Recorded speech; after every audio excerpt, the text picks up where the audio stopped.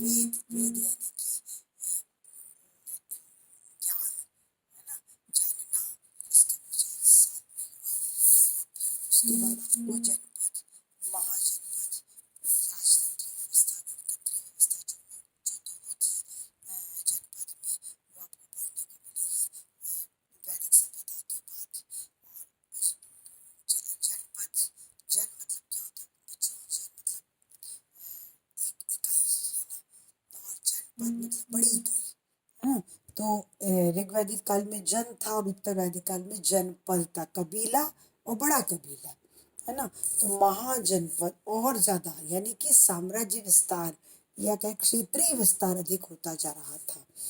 इसमें गणतंत्रात्मक व्यवस्था भी थी और राजतंत्रात्मक व्यवस्था भी थी। अब यहाँ तक जो समय है वो आपको जो देखने को मिलता है, इसमें जो प्रचार प्रसार वो उत्तर भारत तक है। अब जो जनपद महाजनपदों में बदले, राजतंत्री व्यवस्थाएं के साथ गणतंत्री व्यवस्था हुई, तो अब आपको एक परिवर्तन देखने को मिलेगा।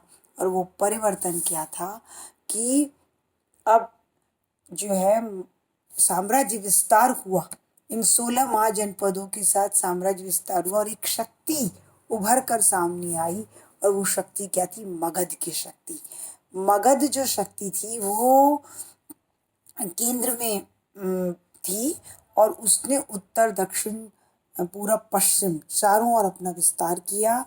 और यहाँ पर जो है वो हर्यंक वंश, शिशुनाग वंश, है ना, और फिर मौर्य, और उसके बाद जो है मौर्य वंश आया। इसने जो है देश की सभ्यता और संस्कृति को ही बदल करके रख दिया। तो ये जो सभ्यता है यहाँ मगध में, दो सभ्यताएं, दो धर्म प्रचारित हुए, वो आज तक मौजूद हैं। एक तो सबसे पहले जैन धर्म जो हमारे भारत में आज भी जो है लोकप्रिय धर्म के रूप में है। और एक्चुअली ये शिक्षाएं थी, क्योंकि वैदिक धर्म में कुरीतियाँ आ गई थी, इसलिए उन कुरीतियों को दूर करने के लिए जैन धर्म, बौद्ध धर्म की विचारधारा आई, जो बाद में जाके धर्म में परिणित हो गई। तो वैशाली में 540 ईसा पूर्व कुंड ग्राम में महावीर स्वामी का जन्म हुआ था। तो वो ये वेदवाद, यज्ञवाद, ब्राह्मणवाद, इससे परेशान हो गए।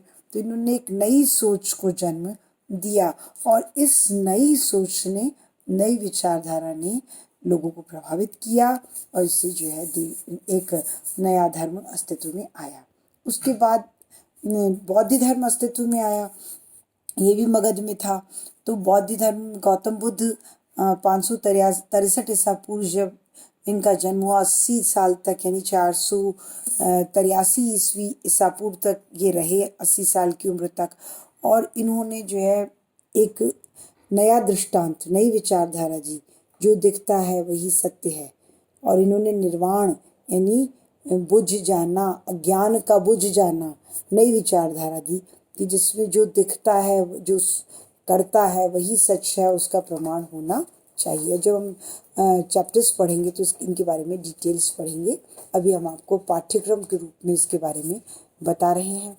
और उसके बाद मगध का विस्तार जो है वो शिशुनाग वंश से पहले हर्यंक वंश के समय में भी हुआ। ब्रह्मदत्त ने इसकी स्थापना की थी, वो सभी आपको पढ़ाएंगे। और अजातशत्रु और इन्होंने मगध में विस्तार किया और ये सभ्यता और संस्कृति यहाँ नए रूप में विकसित हुई, जो कि पाटलिपुत्र इसकी राजधानी बनी और देश का चहुमुखी यहाँ विकास हुआ।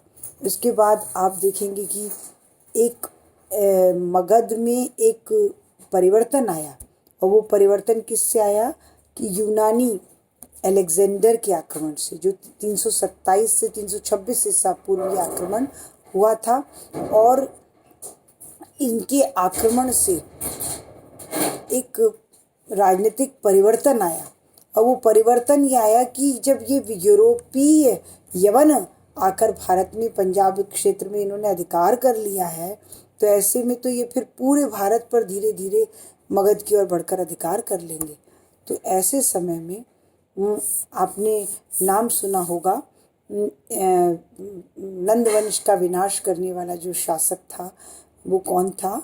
चंद्रगुप्त मौर्य के गुरु चाणक्य। तो उन चाणक्य ने एक चंद्रगुप्त मौर्य नाम से एक अपना शिष्य तैयार किया, जिसने पूरे भारत की व्यवस्था, राजनीतिक व्यवस्था, सांस्कृतिक व्यवस्था और सोच और परिदृश्य को ही बदल करके रख दिया। चाणक्य की किताब भी आपने पढ़ी होगी, कौटिल्य का अर्थशास्त्र, जिसमें वो आज भी इसलिए फेमस है क्योंकि उसके जो प्रयोजन थे, जो इंटेंशंस थे, वो बहुत अच्छे थे और वो उन निस्वार्थ प्रयोजनों के कारण एक शिक्षक के साथ एक राजनीतिज्ञ हुआ और उसने जो है देश में सभ्यता और संस्कृति को नई सोच दी और चंद्रगुप्त मौर्य के रूप में अपना शिष्य को गद्दी पर बैठाया, जिसके समय में देश का इतना राजनीतिक विस्तार हुआ जो अंग्रेज भी उस सीमा को नहीं छू पाए थे। फिर चंद्रगुप्त मौर्य के बाद जो है अशोक महान हुआ। बीच में जो है वो इसके पिता हुए, लेकिन अशोक जो इसका पोता था उसने राज्य का विकास किया और अशोक धम्म, प्रकृति, विस्तार उसने जो अपने दादा की तरह ही किया। और अशोक महान इसलिए कहलाया क्योंकि उसने राजनीति को नई सोच दी और वो नई सोच धर्म पर आधारित थी। उसका अपना व्यक्तिगत धर्म बौद्ध धर्म था, लेकिन उसने एक धर्म चलाया, वो अशोक धम्म के नाम से फेमस हुआ। उसने शिलालेखों पे लिखवाया और उसने ये बताया कि राजा है वो सर्वे सर्वा नहीं होता। राजा की जो सोच है वो जनहित पर आधारित होनी चाहिए। तो इसने वेलफेयर स्टेट की स्थापना की और उसने कुछ धर्म ज्ञाता और नए एक पोस्ट जोड़ी और उसमें प्रशासन में, जो कि धर्म का ध्यान, मतलब देश में धर्मानुसार आचरण हो रहा है या नहीं, इसका ध्यान रखते थे। और जैन परंपरा का अवलंबी चंद्रगुप्त था और इसका बाबा और खुद जो है ये पोता अशोक जो है वो बौद्ध धर्मावलंबी था। इसका हृदय परिवर्तन कलिंग विजय से हुआ था। इतना रक्तपात हुआ, खून खराबा हुआ, इतना हर तरह से विनाश हुआ और हाथ कुछ नहीं लगा। तो एक बौद्ध भिक्षु ने इसको शिक्षा दी तो इनका हृदय परिवर्तन हुआ। अब आपको इसके बाद ये 305 में चंद्रगुप्त मौर्य के हाथों यवन सेल्यूकस की पराजय के बारे में बीच में मैं आपको बताऊंगी। अशोक की प्रशासनिक व्यवस्था, चंद्रगुप्त की प्रशासनिक व्यवस्था, ये सेकेंड यूनिट आपकी खत्म हुई। थर्ड यूनिट अब हम आपको कल डिस्कस करेंगे। धन्यवाद।